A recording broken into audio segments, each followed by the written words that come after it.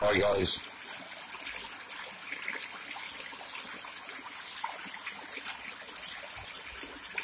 Yeah, the spring coming into the summer.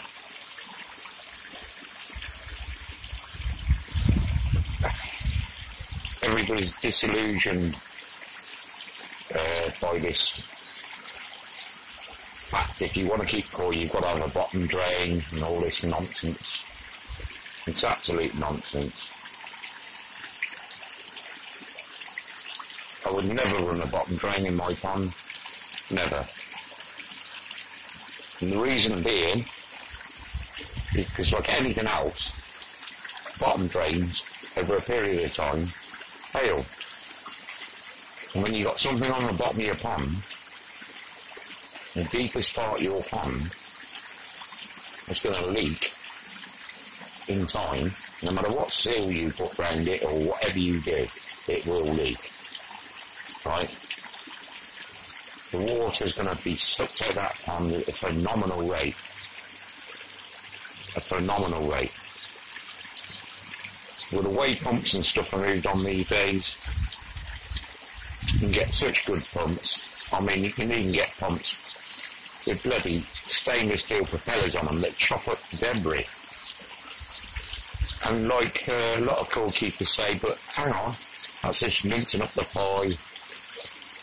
And it's sort of like your vortex got to take that. Who uses a vortex now? Nobody uses a vortex with koi keeping. You know, the latest thing in koi keeping is probably a moving drum. And that takes out all the fine particles before it even gets to your moving bed or anything like that. You know,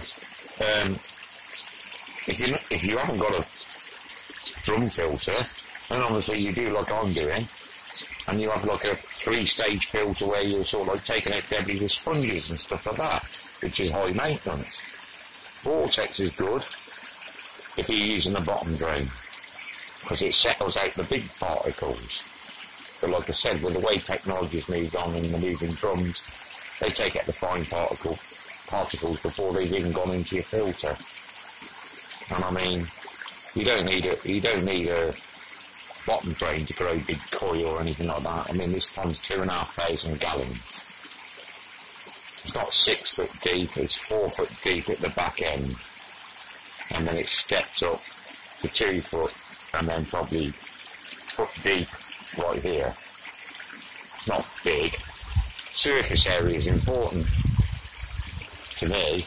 The surface area is more important than sort of like the gallonage, the overall gallonage of the pond. And the main thing to me is the skimming. I've got a skimmer there and a skimmer there. Now, if you've got a pump in the bottom of my pond like I have, right, which is, I've got 2 pumps actually. I've got one sort of like feeding the skimmers now, sort of like sucking from the skimmers, and I've got another pump on the bottom of the pond, which is taking in all the heavy stuff that drops to the bottom of the pond. Nothing 10 mil is going to get to the bottom of that pond before them skimmers pick it up. There ain't no doubt about that. The water quality is amazing. Absolutely amazing. I've got no bottom drain. You can pretty much see, you know, up to the bottom of the pond, it's 4 feet deep. The UV clarifier is turned off. I don't need a UV clarifier because I've got a few plants and stuff in here now. And I've got some, I'm running like a homemade shower with a bit of sort of like alpha grog and stuff like that, and a bit of backyard media. It's taking the nitrates out to a certain degree. Had a bit of problem with blanket weed about 3 or 4 weeks ago, but when the plants came up and the filter kicked in, it just all died off and the filter sucked it out. But the main thing with a pond, and I will express to everybody, is to make yourself a moving bed. Because a moving bed reduces all the ammonia, and it don't have to be K1 or anything like that. I've got this homemade shower I've made. Like I've looked at, everybody's seen this in my previous videos, and then it's poured into this. That's moving to a certain degree. And these little caps I've got from work, moving around a little bit. And then the real magic is sort of like, that takes care of the onion. That takes care of everything. And then people put sort of like sponges in the first bay of the filter. What I've done, I've put some sponges, you can't see them really very well, but in the last bay, and that just polishes the water. So I've got brushes and whatever in this, and some sort of like harder removing material, so it takes out all the bigger stuff. I mean, I would love to have a drum, but they're so bloody expensive, and I probably will make a drum or something like that. But on Wrighty's channel, he's got the instructions made to make one. I probably will make a drum, and then do away with like some stages of this, but I still will have a backy of some sort, because a backy does take out the nitrates, because you get the full cycle from a backy shower. Like I said, this is only homemade. I'll give you a quick glimpse, but I can't quite get round here.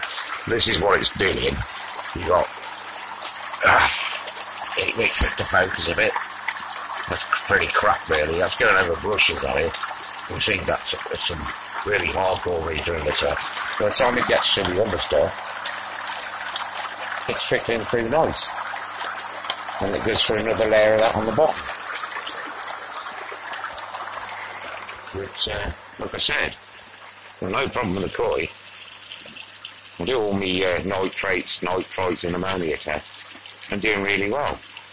Like I said, last year, the koi, frigging huge, man.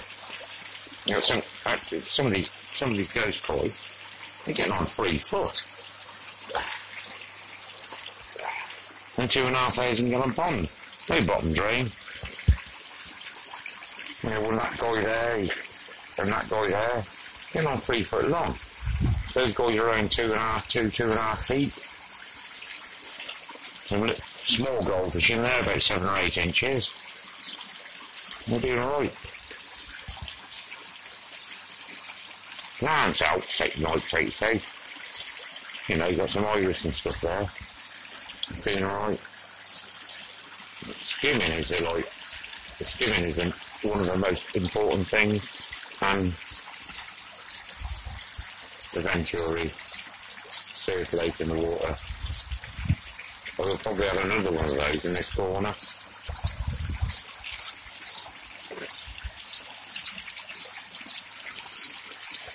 But I would never have a bottom drain in my pond. Never. If my pump breaks down, I've got to back up in the shed. If the bottom drain breaks down and it starts leaking, it's game over. You've got to drain the pond, you've got to find somewhere else for your fish. And it's like, oh my God, like, what am I going to do? You've got to go out and spend some serious money, because you've got to get something to hold your fish, which is going to be at least 1,000 gallons, and then filter it whilst you're repairing your bottom drain, which hopefully you can repair. My pump, the pump on the bottom, when I did this pond, yeah, it's 4 foot that pond did, but it slopes back, and that's where my pump's sat. So it's as good as a bottom drain anyway. Oh, you might get a couple of inches of sludge in the bottom, but pretty much all the food and stuff gravitates to that anyway, but the bottom's clean. I'll never get any problem with debris on the bottom, because I've got these bloody skimmers anyway. So there's no point for a bottom drain, and like I said, with today's technology, the pumps are so good. And you can even get pumps now, like by Oasis, which you've got stainless steel impellers, and they even chop up the debris, which would feed it to a drum. So it's getting rid of everything, it's even chopping it up for you, and it all gets flushed to waste anyway. But you see the pond doing really well. Like, I don't know how many koi I got on there, about 15 I suppose. I did have more koi than this, but obviously what I give